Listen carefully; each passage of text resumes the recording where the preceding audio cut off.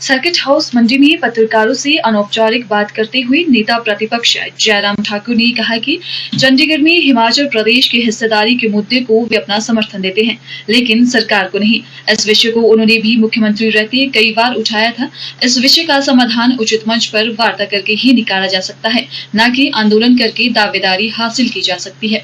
जहाँ तक प्रदेश हित के मुद्दों की बात होगी, उसमें पहले भी समर्थन दिया गया है और आगे भी देते रहेंगे। उन्होंने कहा कि 7 महीनों में 7 लोगों को सरकार रोजगार नहीं दे पाई है और 10,000 लोगों को बेरोजगार कर दिया। आउटसोर्स पर लगे लोगों को बाहर निकाला जा रहा है।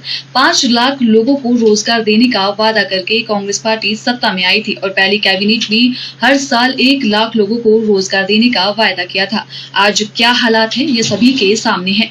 ये एक 7.9 का जो एक फॉर्मूला उसके अंतर्गत हिमाचल की दावेदारी है और हिमाचल इस बात को लेकर के हमेशा बात करता रहा है, तो हमने भी बात कही।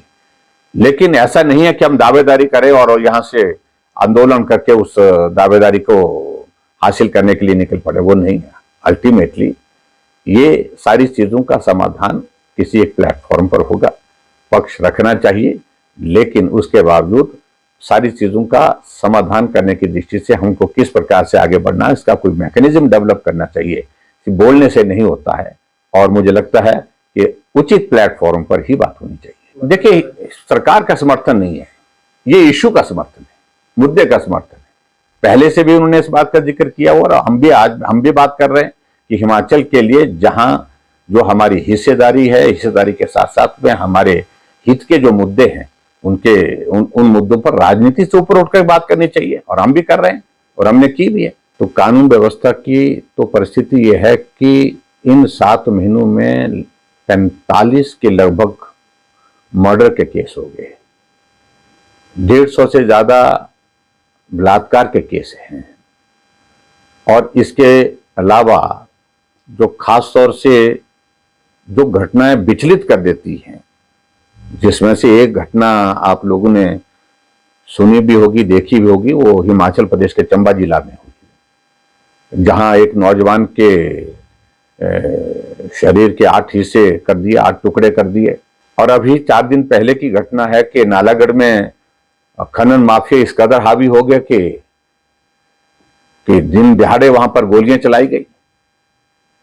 5 गोलियां वहां पर चलती हैं, लेकिन उसके बावजूद भी वो लोग जो है वो गिरफ्तारी, मामला दर्ज है पुलिस में, लेकिन उसके बावजूद भी कार्रवाई कुछ नहीं है।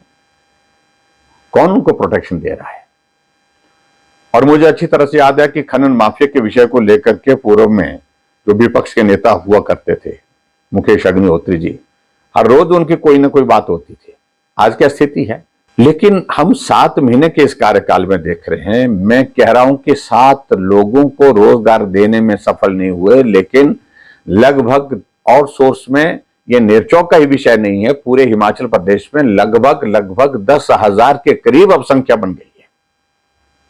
अब मैं पिछले कल ही गांव में था, वहां पर भी सुबह सुबह लोग यही कह करके आए कि हम आउटसोर्स में लगे थे, हमको निकाल दिया गया।